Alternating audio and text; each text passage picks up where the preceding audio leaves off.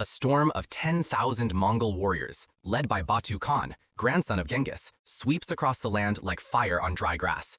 Drums thunder, hooves pound, a tide of steel and leather stretches to the horizon. And yet, high on a frozen cliff, only 50 men wait, scarred, exhausted, but unbroken.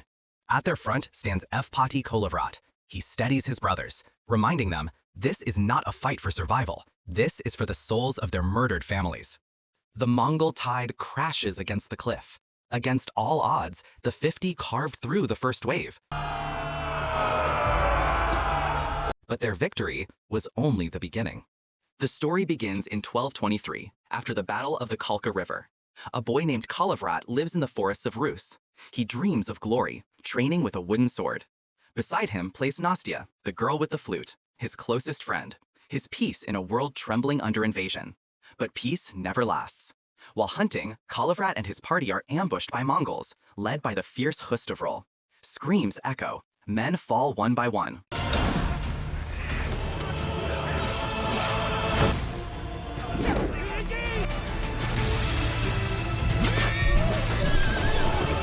The boy grabs two swords, swinging wildly, refusing to yield. But he is struck down, left for dead, a ghost of vengeance in the making. 14 years pass. Kolovrat survives, but each morning he wakes with no memory of the day before, a cruel fate. Every day, Nastya, now his wife, patiently reminds him of who he is, of their children, of their love. He lives life rediscovering himself over and over again.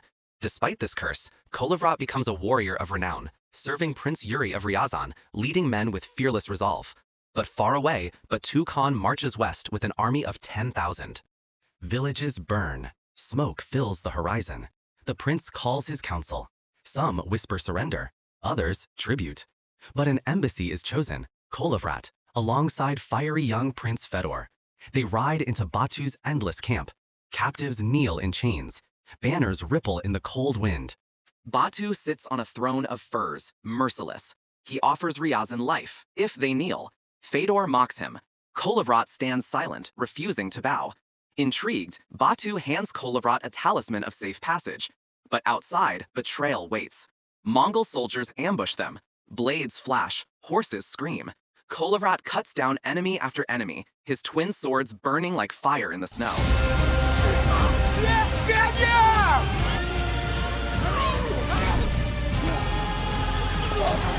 But Prince Fedor falls.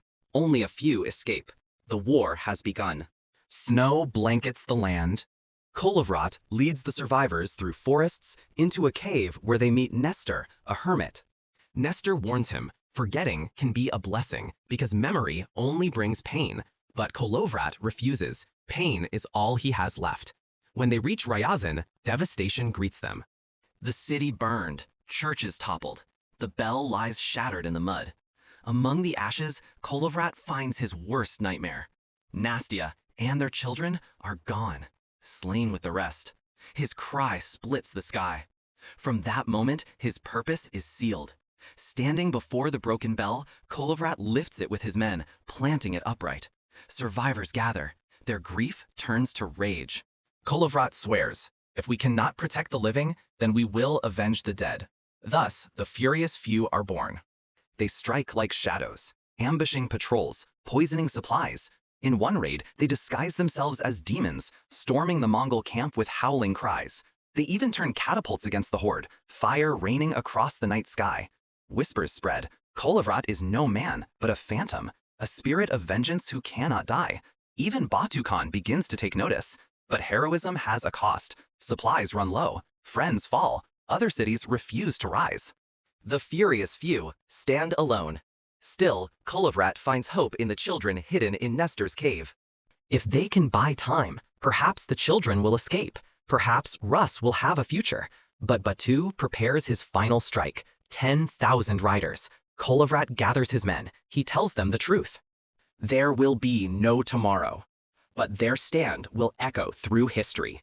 And together, they march toward destiny. A frozen hilltop becomes their battlefield. On one side, 50 warriors in battered armor, blades chipped, shields cracked. On the other, 10,000 Mongols, a sea of death stretching to the horizon. The drums sound, the charge begins. The furious few spring their traps.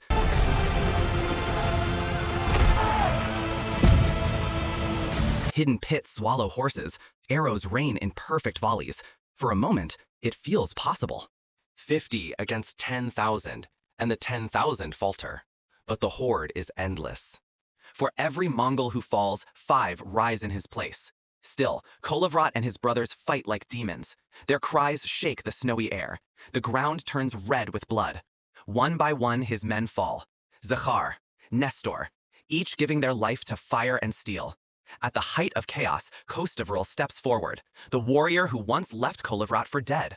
Blades clash like thunder. But this time, Kolovrat does not fall.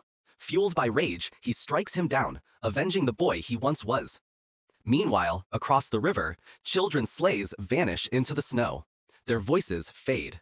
Hope survives. Back on the hill, only Kolovrat remains.